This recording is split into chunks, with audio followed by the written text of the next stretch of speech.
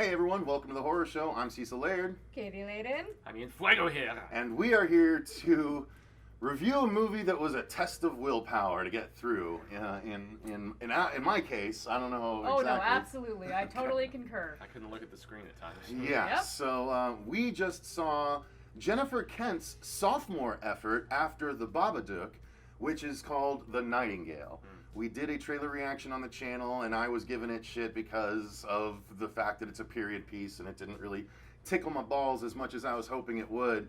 And but when it came out, I heard some things about it being so brutal and so hard to watch that I was like, if it's by the maker of the Babadook, and that's what I'm hearing, I'm genuinely curious enough to go. And so I went, and I couldn't even use my AMC pass for it.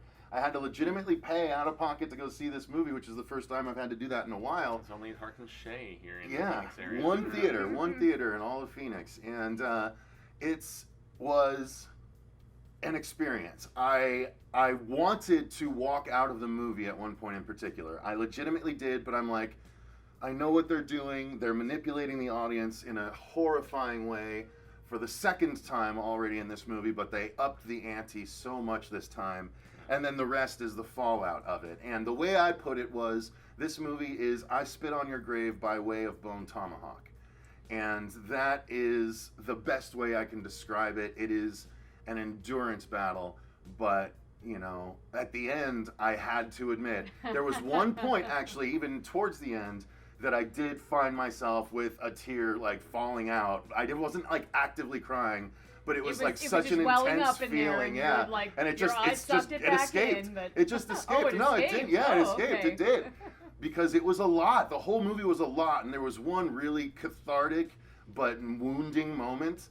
And it's like, well, I mean, there's a lot of those, but one in particular. They are in abundance. Yeah, they are in spades. So because of all of this, and this is just in the overall thoughts, I have to say that it is really a masterpiece of filmmaking. It really is so well done and well made and well acted and so hard to sit through that it is an achievement. It's an achievement. Movies are made to elicit emotional reactions. It's something that I've always said. I gravitate towards horror movies and comedies because those tend to be the ones that elicit the most emotional reaction of most, unless it's a really heavy drama, right? Mm-hmm. This ended up being a bit of a really heavy drama mixed in with a horrible horror story as well. Well, a lot heavy drama too. Mm. It was just tough, but I have to give the movie credit for how well it was done. So that's my overall thoughts before we dive in. I know I covered a lot. Sorry, guys. Definitely, it's okay. Totally okay. Go ahead, Katie. I will say in the first 15 minutes of the movie, or maybe it was 20, I got to the point where I was like, I'm gonna have to walk out of the theater. I can't watch this scene. I'm not going to provide specifics because obviously you need to just go see the movie for yourself if you really want to know the specifics of what is so extremely disturbing that occurs at the almost very beginning of the movie. And you teared up a little bit. Yeah, no, I was straight up crying. I was extremely disturbed, and that happened more than once throughout this movie, so I have to reiterate what Cecil said. I do agree with the fact that a great cinema should elicit emotions, and you might not necessarily want to go into a movie feeling these kind of emotions for a character, so you should prepare yourself for the fact that that will happen if you have emotions. Mm-hmm. I mean, and that being said, I was blown away by just the quality of the acting, the consistency of the quality of the acting, and the fact that I was able to continually be emotionally overwhelmed even after that initial scene where I thought I might be traumatized to the point where I would be numb throughout the rest of the film, but that didn't happen. So kudos to the director. As far as this being the second work of the director who had directed the Babadook, I don't see too much of a semblance of similarity between those two films, but that is the hallmark of a really good director to find success in a totally different genre and just go with it. Yeah, absolutely. Yeah. That's a hallmark of a great artist. So I'll leave it at that. Okay. Well, I will definitely jump on in the fact that, yeah, it felt like a completely different movie, and that shows just how esteemed she is becoming. She hadn't done a movie in a number of years, and this was only her second feature. Wrote it and directed it and co-produced it. since you guys mentioned the acting and all this other stuff so much, this is such a beautiful looking film, especially the area of Australia being just off the mainland, as you mentioned. So Tasmania, which is an island south of the Australian mainland. Yeah, it looked like a rainforest kind of thing Which at no certain one times. It expects was that. like I'm so used Just to like the seeing. Spanish Inquisition. Ooh. No one ever expects the Spanish Inquisition. No, but seriously, I was like, this is. At first, I didn't realize it was in Australia. I didn't either. Until but I didn't started say like anything paying attention because, to the. well, The only reason I knew is because Spooky Astronauts actually did a review a couple of Mhm. weeks ago, where I'm assuming it opened in Australia before here Yeah. by a few weeks. Well, that it came out on the 29th of August in Australia, but I'm assuming really? they were press Oh yeah, screenings she would have or gotten Yeah. press in, maybe right? she just saw it crossed on the 30K. festival So or I didn't something actually like watch that. it, but I saw she reviewed it. So but yeah. I mean, just you nothing could like you the could hear it in some of the accents though Yeah. throughout the movie. Yeah, nothing like I would expect the Australian. I'm so used to the Australian outback and just appearance of Australia, and to Sure. see this sort of terrain, Mhm. and with the dealing with the Aborigines, and the fact that it's 1825, and just the fact that everybody jokes about it at this particular point, most notably Flight of the Conchords, about how Australia was just it was a prison island that the Brits a set penal up and colony stuff. But this was set at the up by time. the Brits. Yeah, and there's all these Irish criminals there and stuff, and so there was so much having to do with social class and with war and with Mhm. prejudice and I mean racism practically, because the Aboriginal Absolutely. people and the way that they look down on them and the way that they are being murdered and called boy and treated the way that they were. I mean there's all kinds of different just nasty human crimes basically that Yeah. transpire in this film, and so that's what I was most blown away by, was because the scenes you guys were talking to, that's one aspect of it, and it's a really heavy story topic in the first third or so of the film, but the second and the third act really just pound home everything else that's going on in the area at the time, and I felt like that's where it does feel like a bigger, more event movie and a really just masterwork of cinematic, just wouldn't- creation. This wouldn't be out of place being one of the lesser attended, like almost Spielbergian attempts. You know what I mean? Where a for massive sure. director For sure. would attempt a really intimate movie that no one would expect of them. Mhm. Like this is of that caliber. It Yeah. really, really is.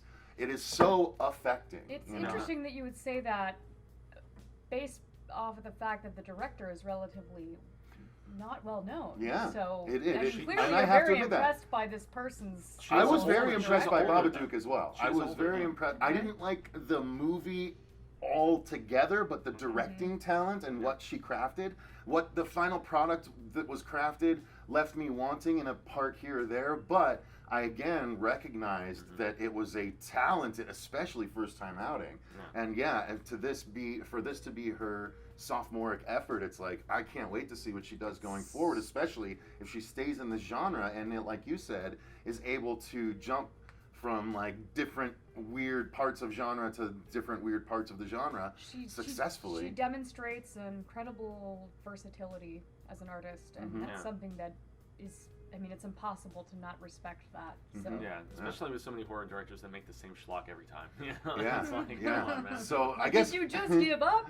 I guess What the diving heck into happened? we've touched on some things that we might gloss over throughout the review, but let's dive into the stuff proper. So Fuego, go through the story real quick Yeah. in a brief way for them. Yeah, so story is essentially we have this woman named Claire who is an Irish convict, and you essentially are given the vibe that this head military guy has given her some sort of means of, I don't know, like redeeming herself or Escaping just her fate, escaping. essentially, through Yeah. through his intervention. Yeah, he's Yeah, through basically his kind of vouching for her, power. but yet until he just sets her free and signs the proper papers, sends them, to the authorities and whatever, she is still basically like under his control, his property, and she has an Irish husband who you presume has had other, type of issues, and that's why they're not back in, Ireland, they're in Australia, and they're in this like prison colony area of so many sorts, and she is being mistreated majorly by this guy, and we don't want to go into the full extent of it, but there is really, really, really abusive nastiness. She's just another one of and- his punching bags, and he does To a this to degree. everyone. Yeah. Everyone that he comes into contact with.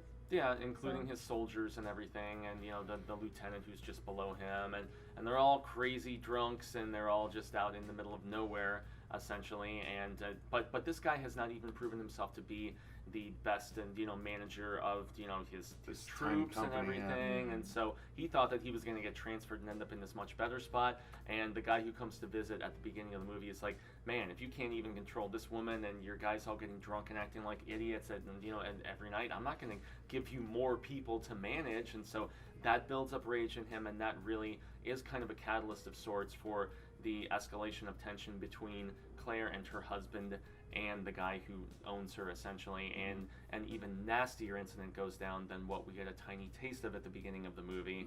And that's where her family is like really stuff happens. Yeah, stuff happens. Stuff happens, and her family is stuff ravaged. Yeah. Her that family is causes ravaged. PTSD. Exactly. Okay? And Lifelong it becomes a PTSD. revenge movie. It does, and she essentially, as they go northward, she needs to find a guide to help her just be on the run, chasing them to track them down and extract her revenge. And that's really the setup for the film. But it does, as I said, turn into something bigger, dealing with race relations, dealing with the Aboriginal people versus, just the imposing will of the Brits who have basically taken over this And island. colonialism. And It's a good exploration of how colonialism can just extract this extremely negative toll on these indigenous groups. And the racism involved. And I mean, it's not just about women being treated as terribly as you can imagine. It deals with so much more, and that's what shows just the sheer scope and ambition of the movie and the story writing. Well, that's where it becomes sort of in the Bone Tomahawk vein, where if you've seen Bone Tomahawk, a lot of it, it's a very, it's a slow moving feeling movie, you know what I mean? But there's enough that happens along the way that you're not minding the pace.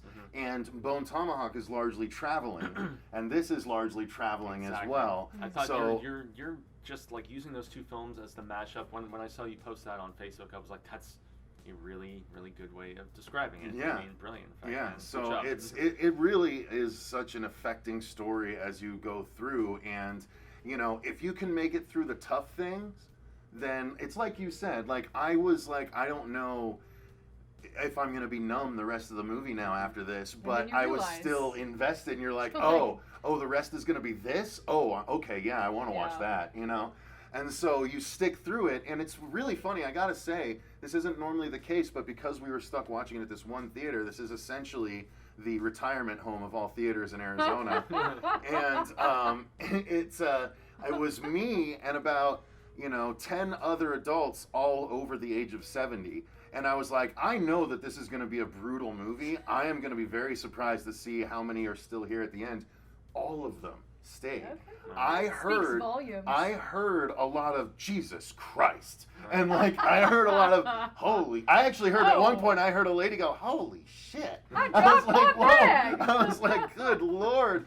But they stuck, everyone stuck it out because it's such a hard thing to sit through, but you get invested. Yeah, it's absolutely. crazy. Well, and there was a bit where somebody in our theater was like, Jesus, not again. Yeah. It's just like, that's what Are was you going sure on. that wasn't me? Yeah, because Maybe it was I'm you. pretty sure I the said that. I thought it was the guy seated right behind us, Okay, but maybe well, it A was whole lot of Wasn't going on. So anyway, let's get into the acting briefly.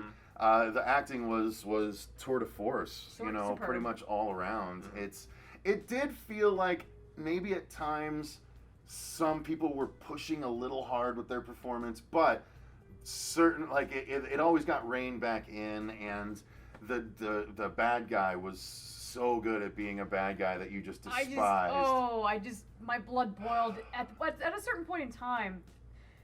I just was like, I can't even look at this man without my blood boiling. I was like, I want to reach through the screen and just stab you myself. Yeah. Well, and his two little douchey subordinates, one of which is maybe as bad as him, if not worse in some degrees, and then the other who just kind of got caught in it and was brought along. Right. And what happens to him is probably the roughest thing in the entire movie. Pretty rough. I must admit, it's interesting how her performance in that scene and just the visceral just vindication, and then the response of the Blackbird guy who becomes her guide, and it actually helped with their bonding, with him seeing her rage in that scene, and then he's like, what really happened? Are you Their really, evolved are you really relationship going was after gorgeous this to person? watch unfold. Yeah, it was endearing, man. It really was, because they were both It was a so... good depiction of an organically unfolding relationship with without any sort of contrived Hollywoodization. pieces. Well, Exactly. and I mean, really, it's a friendship at the end of the day. It's like a Absolutely. forced Which is the friendship only thing that she could possibly have even been able to sustain. Right. at that point in her... But everything just had to frail evolve in a emotions. natural way to even get there, though, considering how it begins, and it does so. And as rough as the movie is, it unfolds elegantly. It does. Like, Yeah. it's crazy. But that just change in chemistry between the two of them, that becomes the driving force of our movie in the middle portion, and then the back half is, I don't know, it's impressive to see, and it's, Well, I don't know, it's heartwarming to a degree, but then in the same right, it's just like very, just like pulls your head back, and you're like, man, this is just, it becomes an essence of survival after a while.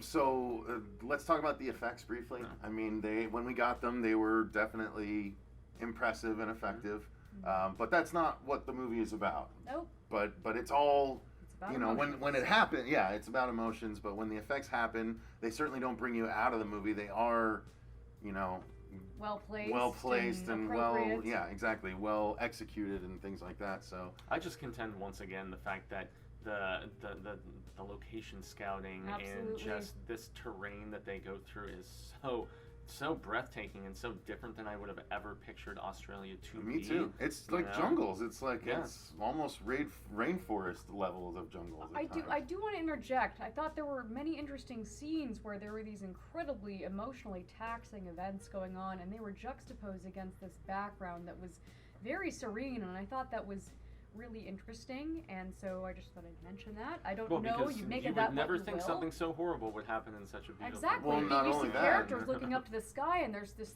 serenity. There's these birds chirping, and there's just these palm fronds slowly rustling in the wind, and you're like, I'm disturbed even more than I would have been. Well, so. and if you go real deep on it, it's like, yeah, it's only the violence of men that's disturbing the peace and serenity of their surroundings. Okay, so that was a meta. Okay, I see what you're saying. I'm seeing there. if you want to look at it Okay, that way, yeah, it works. No, because that happened regularly, and so for Yeah. her to continually be It revisiting contends that as a theme, it is. She goes it's through the important that you serenity mention trying to that. catch up to the others, Yeah. and the only time bad stuff happens is when they happen across other humans. Yeah. You're right. Okay, I hadn't thought of that. Yeah, because I mean, every time they're like, "Who are you two? You know, let's see your papers." Go south and all pretty this much, other so, stuff. yeah. Yeah, because you would imagine that there's so many escaped convicts in that area. You know, because of the fact that many are in servitude. I mean, hell, they have a couple as the captain or the.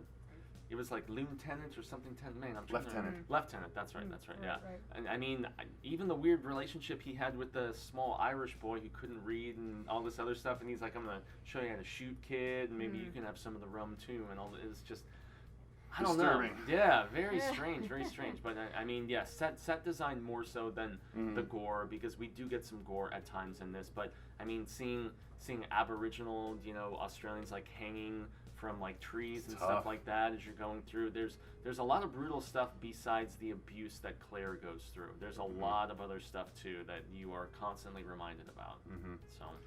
So I don't know. I mean, I don't think there's a whole lot more to say. The music didn't like her singing at the beginning. the singing. Man. Yeah, I mean let's talk about that. Yeah, the singing she was had a incredible. really beautiful It was voice. a I'm pretty standout sure. moment, for sure. Couple For of her moments, character. both couple of moments. Yeah. She's really, really good in the singing category, and yeah, that plays in. As far as the score and stuff, I don't even remember. I know there was some, but it just emphasized the movie well enough where it didn't like stick out to me necessarily. Right. So and that's good. yeah, for the better, I think, in a movie like this. Yeah, the bits that stuck out were where she sang, and then there was also times where the Blackbird kid like sang with her to boy, as she kept calling him, but apparently that was their derogatory term for all of them, even the one the one who was like his 70 friend years who was like old. graying age and everything, and they were still calling him boy, and it's just like man.